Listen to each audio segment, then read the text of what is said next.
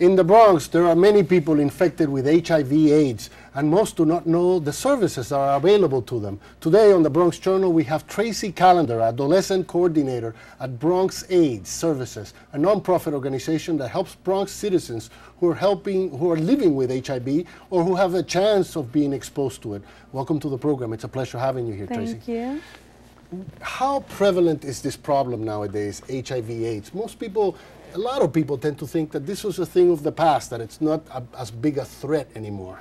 I think that that's the exact opposite of the message that we at Bronx AIDS Services want to get out. We want people to know that the epidemic has gotten worse, especially here in the Bronx. We have so many of our residents that are living with AIDS who don't know, like you said earlier, how to get to services. But it's definitely a myth if people think that, you know, it's, oh, nothing to worry about. I think some of the medications that have come out to help people that are living with the virus make it a lot easier to live with it. Well, that's what I was going to ask you. Is it the medications? Is it the fact that people can now at least survive as opposed to before when many people were dying because of HIV/AIDS? Yes, the longevity of life has definitely improved over the past years, but there are definitely people still dying here in the Bronx.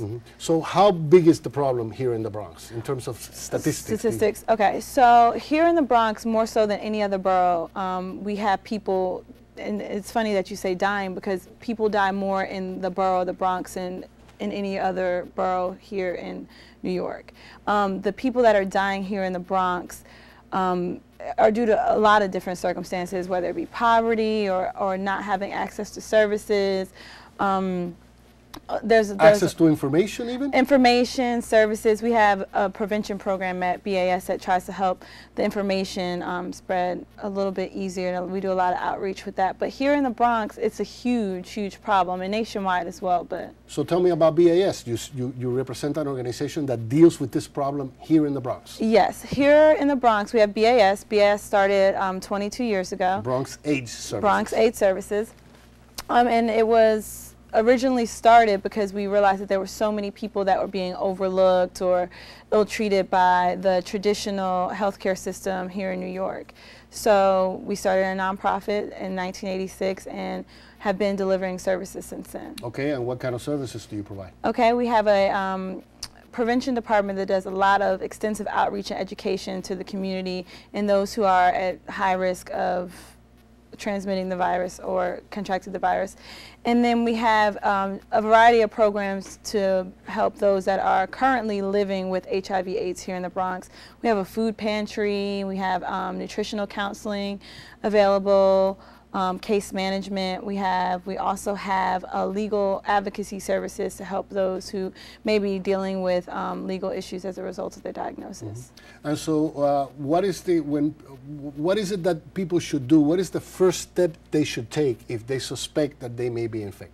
Get tested. Okay, but how do they do this here in the Bronx? Okay, here in the Bronx there's a lot of different ways that you can get tested. Emergency rooms test a lot of the times, but if you don't have access to an emergency room or you want to be in a more secluded environment, we offer free testing 5 days a week between the hours of 9 to 4 over at our Southern Boulevard prevention site. Is there a cost? No. Free test. It takes 20 minutes, you're in and you're out. And then we have mobile services that go out and do extensive outreach in the community where we go out, we have incentives for people to come get tested, at least to know your status. So if you think that you've been exposed in any way, shape, or form to the virus, the first step is to know your status and to get tested. You have more than one office in the Bronx? Yes, we have 3. We have our main office is on Fordham Road, it's 540 Fordham Road.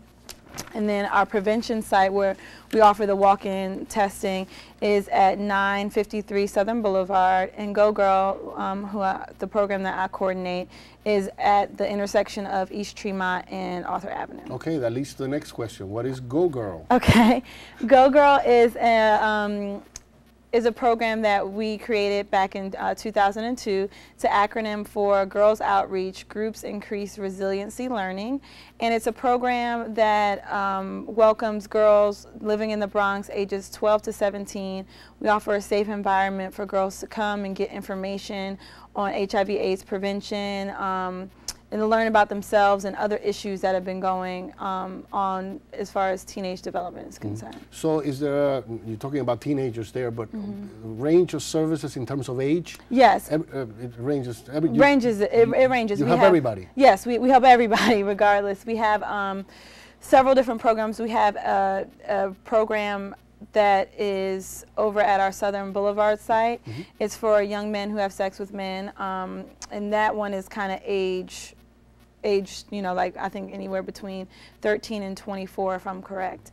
And we have other programs for older women and younger women, but we all get together and do events. Which group is getting affected more often nowadays? Are the younger people, the old, middle age, or you know, It depends on where you're looking. I think that one of the huge problems and one of the reasons why GoGo was created is we saw a big increase amongst young women of color that were being infected with HIV/AIDS, and I think before in the past the demographic looked a lot different.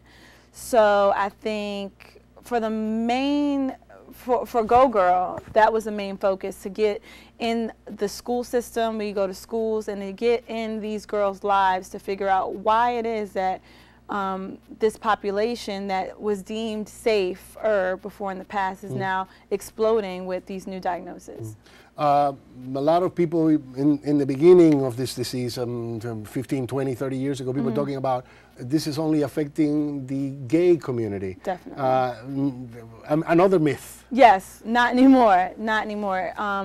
I think that while it may have been prevalent in the gay community before in the past, it's becoming a national issue, and AIDS doesn't look at doesn't discriminate. Doesn't discriminate, exactly. It doesn't look at your gender, it doesn't necessarily look at your sexuality or your socioeconomic status.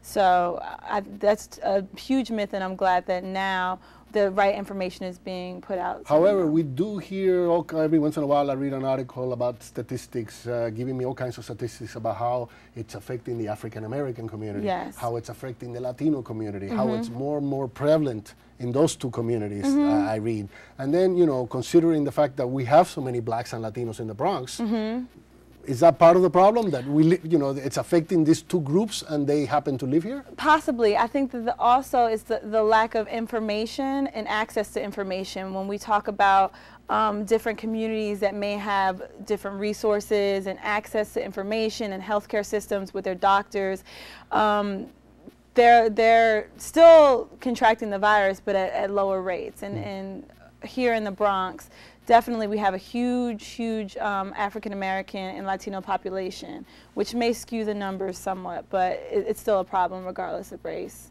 And tell me about those misconceptions that people may still have about HIV/AIDS.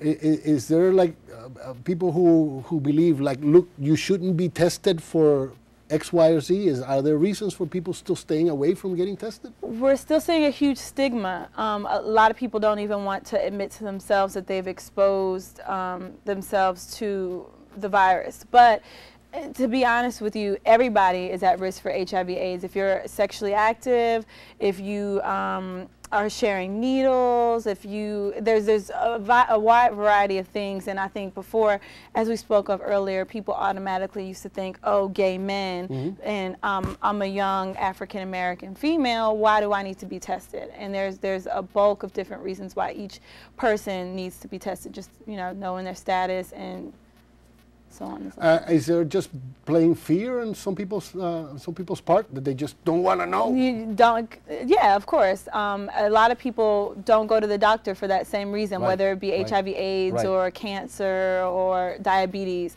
Some people just rather would not know, and in the meantime, they may be infecting other people. Exactly. And so the idea is educate. So this is what BAS does. That's what BAS does. More than anything else, our prevention, which our program is under the prevention umbrella, that's what we do. We go out to the communities, we go where the clients are, and we try to find different little nooks in the community where we can sit and talk to people and offer our services and offer testing, because like we said earlier, the first thing is to know your status. We're going to take a quick break, and when we come back, we're going to explain some of those services further on to our people who are watching us. We'll be right back.